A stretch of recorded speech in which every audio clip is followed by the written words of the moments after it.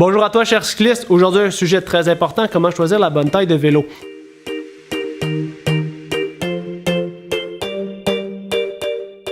Premièrement, c'est important que tu saches pourquoi on a décidé de faire un blog sur comment choisir la taille de ton vélo. Tout a commencé lorsque notre ami Edmond Roy nous a dit une phrase célèbre que je te présente à l'instant. Fait que là, aujourd'hui, on va vous expliquer comment choisir la taille du vélo. Tout ça a commencé lorsque Edmond nous a dit la fameuse citation. Ben là, Guillaume, un small, c'est un small?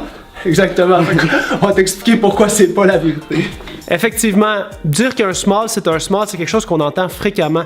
Malheureusement, l'industrie ne mesure pas tous ces vélos de la même manière. Donc, on va se retrouver, par exemple, avec des small qui vont équivaloir à un medium dans une autre marque. On va se retrouver avec des cadres qui sont plus courts, qui sont avec une colonne de direction plus courte. Donc, c'est super important pour moi aujourd'hui de démystifier avec toi comment choisir la bonne grandeur de vélo.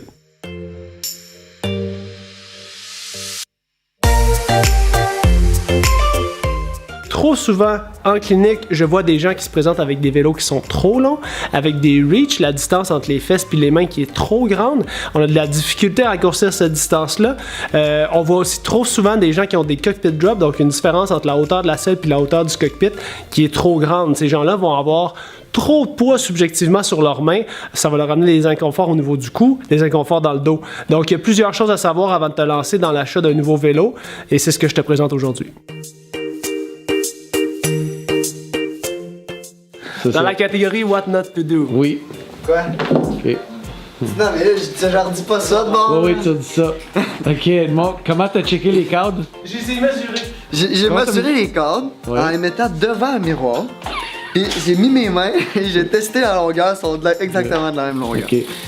Puis au vélo? Alors voici les 3 points les plus importants lorsque tu dois choisir la taille de ton nouveau vélo. Premier point, c'est de choisir le bon type de vélo. Entre le cyclocross, le gravel bike, le cyclotourisme, le cyclosportif, le cyclo-endurance, le cyclo-performance, il y a énormément de choix et tu dois faire le bon choix avant de dépenser ton argent. Donc le point le plus important pour se retrouver parmi toute cette offre, c'est de bien connaître tes besoins. Est-ce que tu vas utiliser le vélo sur la route, sur la gravelle? Est-ce que tu vas utiliser ton vélo dans la neige? Est-ce que tu vas avoir une utilisation plus axée sur la performance? Est-ce que tu vas faire des courses? Ou ça va être plus un vélo de balade? Donc ça, c'est une question très importante à répondre. Le point numéro 2, c'est de bien comprendre les mesures du vélo. La chose qui arrive avec ton vélo, c'est que ça ici, on a beaucoup de jeux, ok? On a 3 mesures finalement qu'on veut vérifier.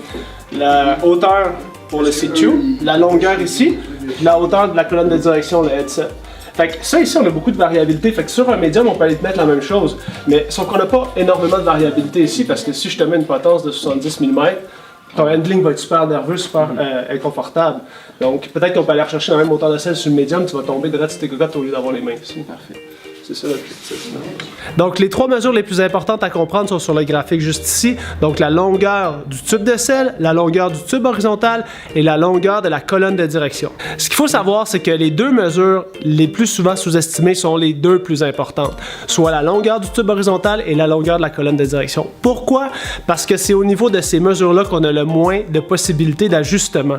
Au niveau de la tige de selle, au niveau du tube de selle, on peut énormément jouer la hauteur de la selle avec une longue tige de selle, une plus courte, il n'y a vraiment pas de problème. La deuxième mesure, la longueur du tube horizontal, est difficilement modifiable. On a simplement la potence pour venir jouer sur le reach, la longueur du vélo entre le point d'appui des fesses et le point d'appui des mains. Donc c'est très important de ne pas s'acheter un vélo trop long. Fait que si tu vois ces cocottes-là de loin de même, ce serait correct. C'est ça, fait qu'on va juste te mettre une potence à 100. Ça, je me sens définitivement trop loin. Bon. On ne le mettrait pas. Et ensuite, la longueur de la colonne de direction est très importante parce que si on ne veut pas avoir une position trop agressive où est-ce que notre selle va être vraiment plus haute que notre cockpit, il faut s'assurer que la colonne de direction est assez longue. Le point numéro 3, c'est non négociable, va essayer ton vélo. Avant de dépenser 5000 $ sur un nouveau vélo, assure-toi d'en faire l'essai à l'extérieur. Donc peut-être essayer 2 tailles différentes entre le small et le medium si on hésite, mettre la même hauteur de selle puis d'aller essayer. C'est assez facile de sentir si le vélo est trop long ou trop court. Donc j'espère qu'aujourd'hui on a réussi à démystifier un peu comment choisir la bonne taille de vélo. Assure-toi vraiment, là, j'y tiens à essayer ton vélo avant de dépenser 5000 $ dessus. Et surtout, oublie pas de partager la capsule avec tes amis qui sont peut-être sur le point de s'acheter un vélo pour s'assurer qu'ils s'achètent la bonne taille.